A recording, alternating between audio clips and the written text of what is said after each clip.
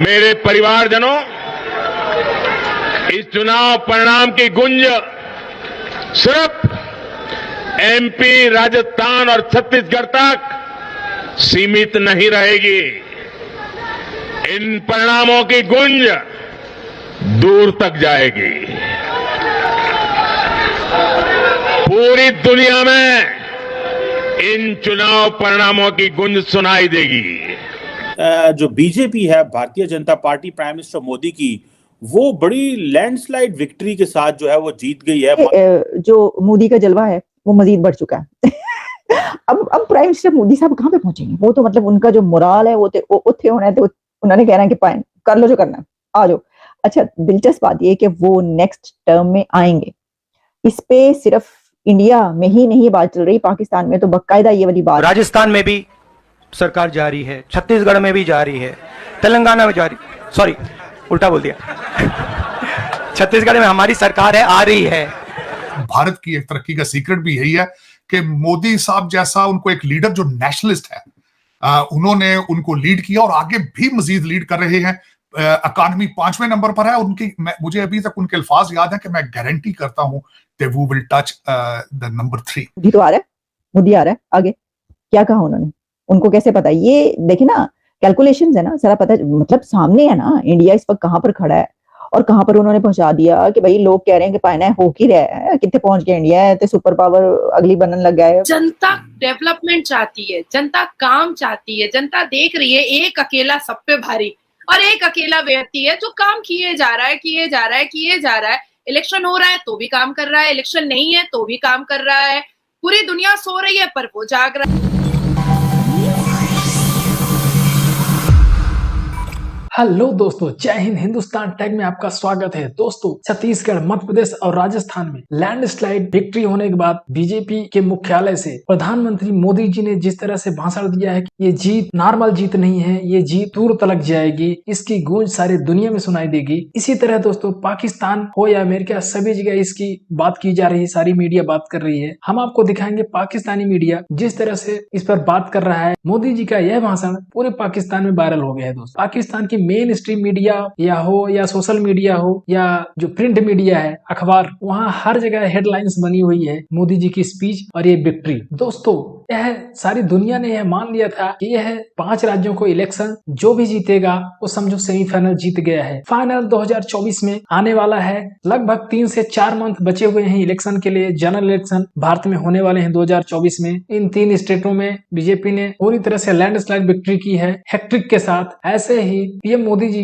के 3 टर्म के लिए हैट्रिक लगाने की बात कर रहे हैं और पूरे पाकिस्तान में भी ये बात छाई हुई है। चलो दोस्तों, पाकिस्तानी मीडिया का रिएक्शन देखते हैं। इसमें मोदी साहब की एक वेरी सक्सेसफुल कैंपेन, उनके कामयाब इंटरनेशनल दौरे, उनकी इकॉनमी, ग्लोबल साउथ को लीड करना, चंद्रयान, उसके बाद आदित्य 1, और उसके बाद तेजाज पे जो आखिरी उन्होंने कैंपेन की है, तेजाज में जाके जो फ्लाइट उनकी थी, मैं समझता हूं कि उसने, और फिर उन्होंने रियासतों में जहां जहां इलेक्शन थे उनमें खुद जाके उन्होंने दौरे किए हैं। और जिस तरीके से उन्होंने COP 28 के अंदर इंडिया को रिप्रेजेंट किया है, फ्रंट लाइन पे खड़े थे। एक साइड पर होस्ट थे, कतरी थे किंग, और दूसरी साइड पे जॉर्डेनियन किंग खड़े थे। और मैं समझता हूं कि Bharat is rising as a regional state. बल्कि अब तो मैंने जिस तरह बताया, रीजनल से आगे निकलकर, जब पिछली दफा टोनी बिल्कन भारत गए थे तो डॉक्टर जयशंकर ने उस प्रेस कॉन्फ्रेंस में कहा था, जो कि लगता अजीब सा था उस वक्त, उन्होंने उसमें कहा था कि America is not the only super power any more. So basically Bharat जो है वो रीजनल पावर से निकलकर आगे trying to make their space among the top 5, जो जिनको कहा जाता है कि 5 बड़ी पावर्स हैं। तो मैं समझता हूं कि आज मोदी साहब जो हैं वो आज 6 बजे शाम अपने पार्टी के हेडक्वार्टर न्यू दिल्ली भी जाएंगे। आज मैं जब सुबह उठा हूं तो जो इंटरनेशनल मीडिया है उसमें ब्लूमबर्ग है, बीबीसी है, अल जजीरा है, फ्रांस 24 है, वॉइस ऑफ अमेरिका है। लेकिन अफसोस के साथ है कि बॉर्डर के इस पार न्यू दिल्ली से 100 किलोमीटर के ऊपर किसी को कोई पता नहीं है कि रीजन में क्या हो रहा है। अफसोस, ये मैं इस पे I will record my protest. हमारे मीडिया ने उसको भारतीय इलेक्शन को कंप्लीटली अबैंडन कर दिया है। सिर्फ देखा जा रहा है तो टाइगर 3 देखी जा रही है, मूवी देखी जा रही है, लेकिन उनकी तरक्की के बारे में बिल्कुल छुपाया जाता है, हाइड किया जाता है। हिंदुओं से इतनी नफरत है तो उनकी मूवीज क्यों देखते हैं आप, क्या वजह है? लेकिन ये मैं इस इलेक्शन को प्री टेस्ट कहूंगा, जिस तरह आपने खुद फरमाया है, ये प्री टेस्ट था भारत के अंदर।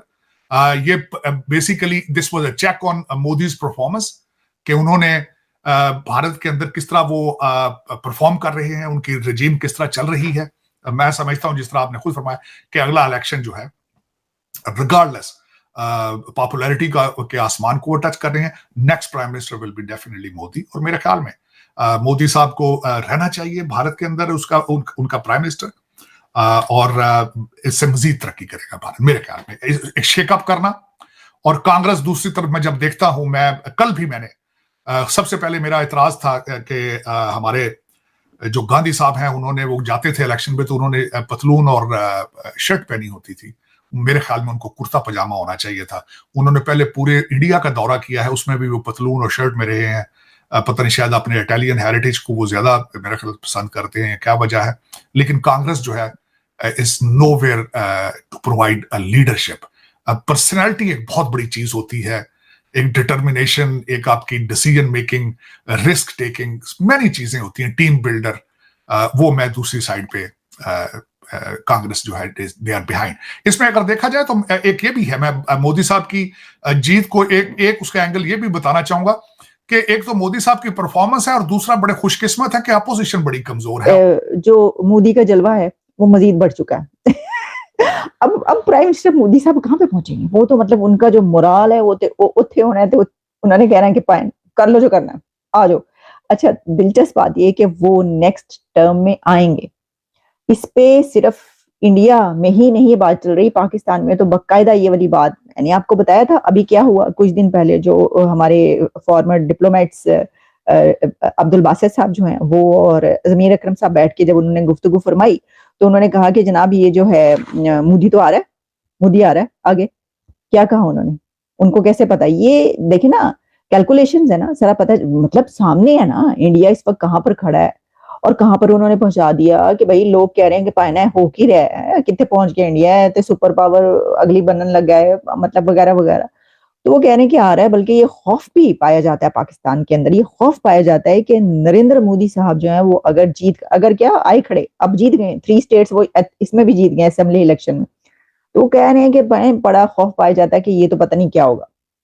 मतलब ये कि कहीं कोई जंग ना कर दें, वो खुश होके जो है, पता चले बीजेपी वाले कहीं ऐलान कर दें कि पाकिस्तान पे जंग कर दें।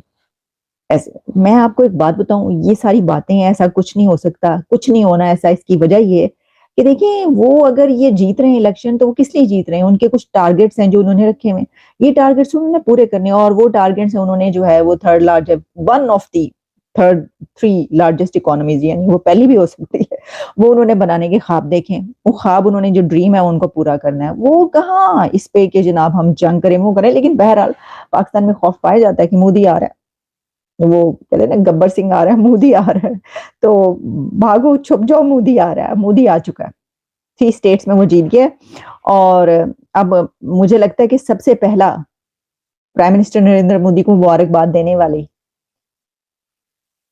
इटली की प्राइम मिनिस्टर मेलोनी होंगी। कितना मजा है, पहली मुबारकबाद जो है वो इटली से आए, और वो कहें जनाबे आला मुबारक हो आपको, देखें मेरा साया कितना जो है ना, वो मेरा साया जहां जहां होगा, तो कितना बाबरकत साबित हुआ है कि देखें आप इलेक्शन जीत गए।